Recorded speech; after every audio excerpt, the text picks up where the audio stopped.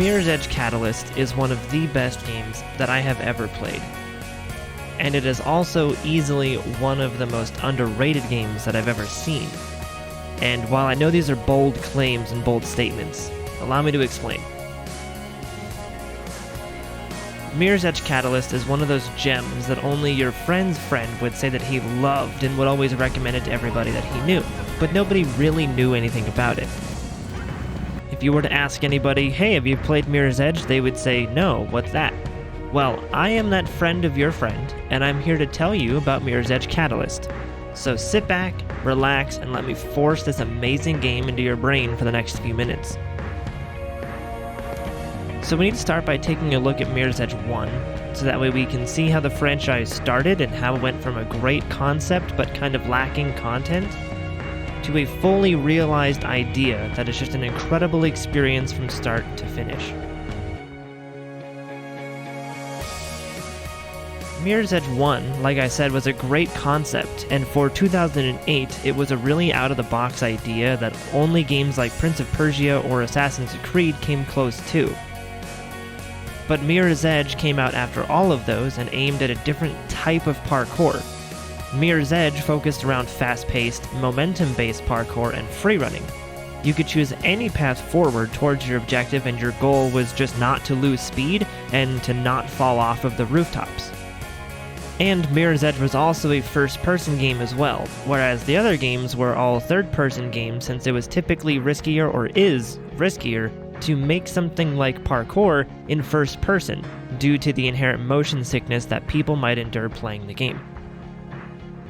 In the game, you had moments of going minutes running at full speed, going over gaps and launching off of vents to reach higher up spaces and balancing on these pipes that were perfectly placed several stories above the streets. And then you would hit a giant ramp and slide forever. Then you would run on a wall and leap off while timing it perfectly, so you would land on top of a crane and keep running. All of this while you're being shot at by like a helicopter. It was incredible. That's the kind of action that Mirror's Edge was aiming for. The game had a major focus on action-packed moments and giving the player a constant stream of adrenaline as you feel your overall skill increasing and your flow getting smoother as you're running. The game also features some cool animated cutscenes that push the story of the character you play as, named Faith, which of course is fitting as the game often expects you to make these many leaps of faith onto giant tarp-covered pillowy landing spots from several stories high. At the same time, the game would also interweave some interesting combat into the encounters as well, allowing players to pick up security teams' guns and go on a shooting spree, or continuing the flow by using the environment to take out the bad guys with your super sweet dance moves, or just kneeing them straight to the face, whatever really felt better to the player.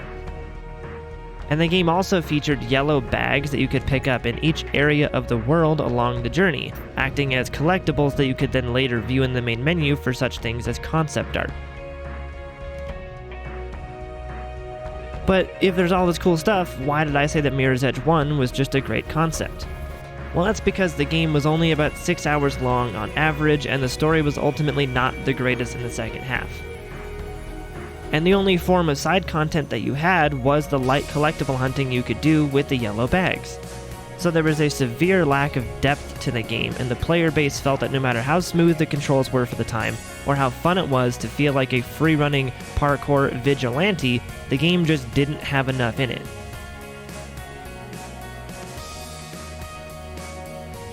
In fact, Mirror's Edge global sales as of 2015 were sitting at about 2.5 million copies and a 79 on Metacritic, which now makes Mirror's Edge in this kind of weird gray area where it's not quite a major success, but it's not quite a total flop either.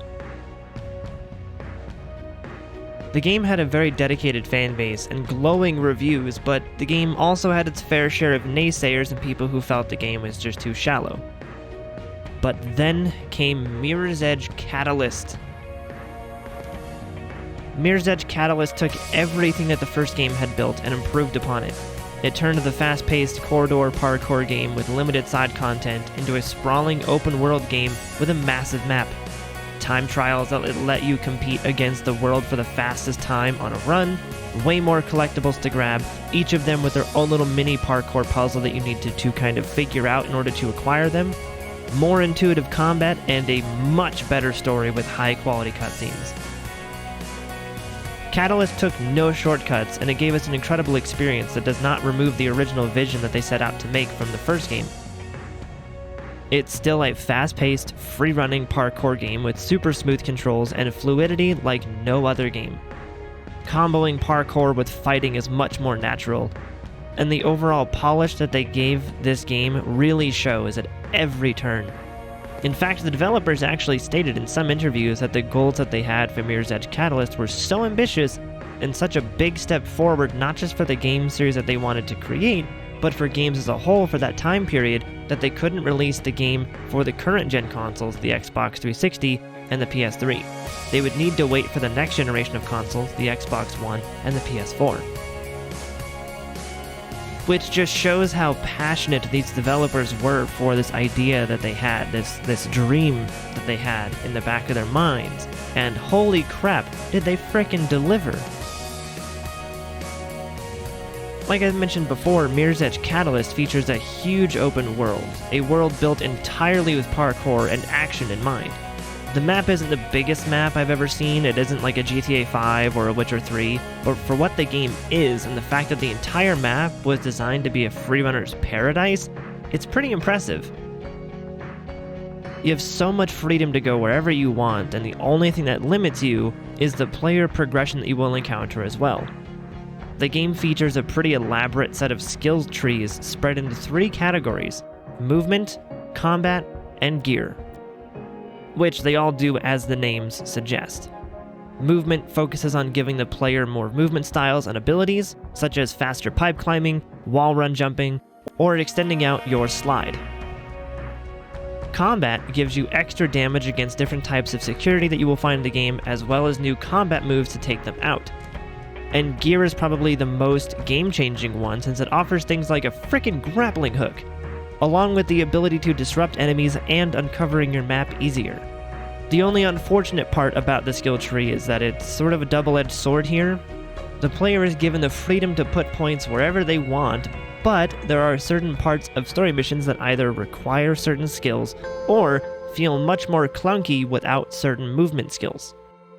Or if you choose not to put points into the combat section, the enemies take way more damage and you have way less health overall, which for some might be what you're looking for to make the combat as tough as possible. If so, do that. It is a great thing to have that much freedom of skill points, but I can see some people not enjoying that part of it.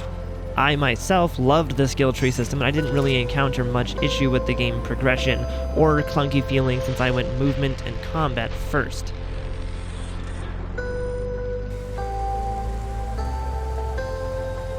Okay, so the game has like a really big map and a lot of shiny options to spend skill points on, but what else is there? While in addition to those features, the game also now offers time trials where you and your friends can compete for the fastest times on certain paths. And those times can be compared to global times as well, as long as you ignore the obvious god-tier cheaters who beat that time trial in like 0.3 seconds. And like I said before, this game has some high-quality professional cutscenes in it, and the story this time around is actually interesting. It's basically a soft reboot of the first game, but more grand in like every way. So the intro to the game tells you more about where your character has been and explains who everyone is over time, whereas the first game just told you, oh, you had a bad fall and we need to see if you still have what it takes. And here's all these characters we want you to know about, but won't really tell you about. But in Mirror's Edge Catalyst, you get greeted with these new characters who reintroduce your character to a life that she once knew. Lots of foreshadowing, and even backstory on your character's family and what happened to them.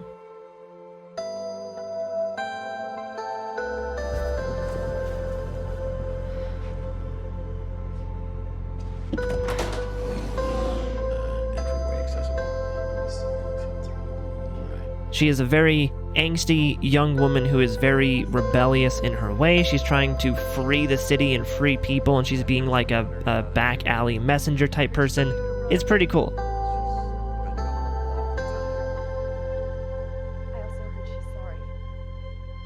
The story also features a main antagonist bad guy of sort, and the whole game gets super duper cool as you progress in it. The only issue that I had with the story of Mirror's Edge Catalyst, and this is pretty much the biggest issue that I had with the game as a whole, is that the last 5 minutes of the story pretty much nullify everything you did in the campaign, which can definitely ruin any kind of satisfying ending that would have made this game even more immaculate in my eyes. And on top of that, the voice acting can range from average to pretty good. The cutscenes are oftentimes better than the random bits of dialogue that you'll hear during a mission when they're trying to tell you where to go for the next step. So sometimes it doesn't sound too convincing, but it never falls into that Skyrim category of voice acting, which is a huge plus. If the game had a better and more conclusive ending, then I would have rated the game a 9.9 out of 10. I don't really rate games 10 out of 10 because that implies the game has zero flaws and was complete perfection, which I don't think any game can truly achieve because of random bugs and things like that during everyone's playthrough. The soundtrack though, the soundtrack that accompanies the story and the gameplay is pretty good. I wouldn't say it's always a masterpiece, but it definitely fits the theme that would make any moment of high action seem more intense. The music is mostly lots of fast-paced EDM with some ambient tones mixed in to never let that mood fade out. But when the moments call for it, the music gets super quiet as you're running away from drones and helicopters and lets you just feel the world around you.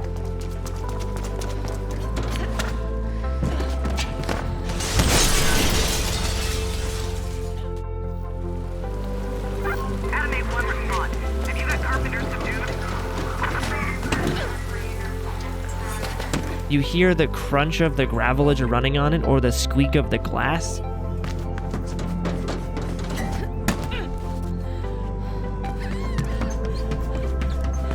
Or like the sounds of your pants sliding across whatever material that you're on.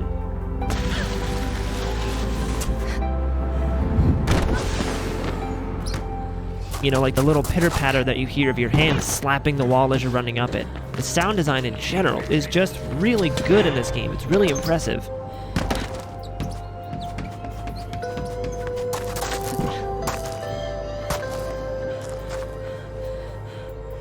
So if you're running any kind of good headphones or anything like that, you are going to truly enjoy the sound design of this game. You are going to feel like you're in the world. It's really good.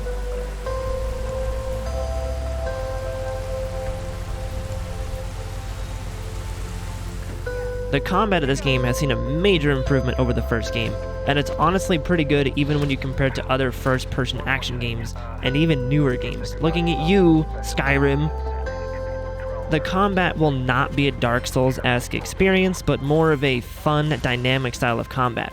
You can punch and kick and take down guards, or you can simply just use their own weight against them with directional kicks that can cause the enemies to stumble off of the very same cliffs and high ledges that you yourself are trying not to fall off of.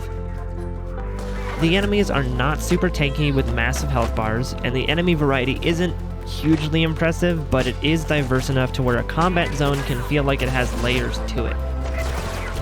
And while some people may not enjoy the feeling of combat while standing still, you can do all of the same moves that I just mentioned before while running too. It just may take some time to get used to things, but once you do, you can feel like this crazy, awesome action movie star flipping off of walls, roundhouse kicking guards in the head. So in my opinion, overall, this game has a great story except for the last 5 minutes, very good voice acting, amazing world, incredible sound design, super fun combat, great player progression, super smooth controls, and the performance of the game is downright incredible, especially compared to current-gen games that barely get 60 FPS on my PC. This game is butter smooth the whole way through, completely ultra settings, with a maximum FOV the entire time, and it just does not hiccup. This game has aged tremendously.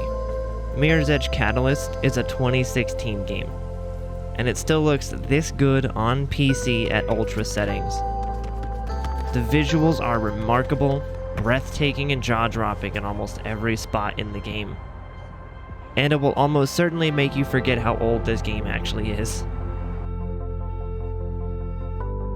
The City of Glass, which is the actual name of the city in the game, was crafted to perfection to be a minimalistic, simplistic type of city that takes pride in its elegance and reformed and abstract art style. Even in its lowest form, you can find construction sites that still show off that graceful and distinguished architectural style of glass. But on the other side of the city, you have that newly reformed decorum of glass that simply screams, "I pay way too much for cat food." The entire city has a sleek, fashionable look to it, with slashes of bright colors dropped in, which is the entire theme of the game. The juxtaposition between the pristine, clean sides and the parts with radiating colors is so powerful in this game. The developers did an amazing job at crafting such a beautiful game with gorgeous reflections, crisp shadows, incredible animations, and a consistent level of exquisite polish on all of the models. Characters and NPCs look great, and those pre-rendered cutscenes really showcase the power of the Frostbite engine and how it can really push that cinematic look. This game, needless to say, just looks amazing and will be one of my favorite art styles for years to come. And the art style is going to be timeless. Oh, and before I forget too, there are mods for this game. It's not like Skyrim or Fallout, but there are a lot of mods that you can download for this game. Things like clearer skies, or lighting mods, or just like atmosphere changing mods, or ones that let you do takedowns every time, like more frequently and stuff. Like there's mods for this game, so if you're into modding games, check out Nexus mods. There's gonna be a good handful that you're gonna download from this one. So I hope this has convinced you to play this game if you have never played it, and if you have, I hope this made you feel as nostalgic for this game and its game series as it has made me when I was writing this script and making this video. So thank you very much for giving me this much of your time. Thank you for coming to my TED Talk. If you guys are new here, feel free to hit that subscribe button on your way out. And if you thought this video was enjoyable, please click that thumbs up button down below. It helps me out tremendously with the YouTube algorithm. And if you don't want to miss out on any future uploads on this channel, click that bell notification button as well. I also stream on Twitch, so if you guys want to come and hang out over there and join the amazing community that we have on the Twitch side, the link will be in the description down below. I will also have links to things like my Patreon, where you can support my channel on a monthly basis for as little as $5 a month, and I will have a link to my merch store if you guys want to get some awesome Mr. J merch. But, thank you so much for watching this video, guys. I will see you in the next video. Have a great day. Bye, guys!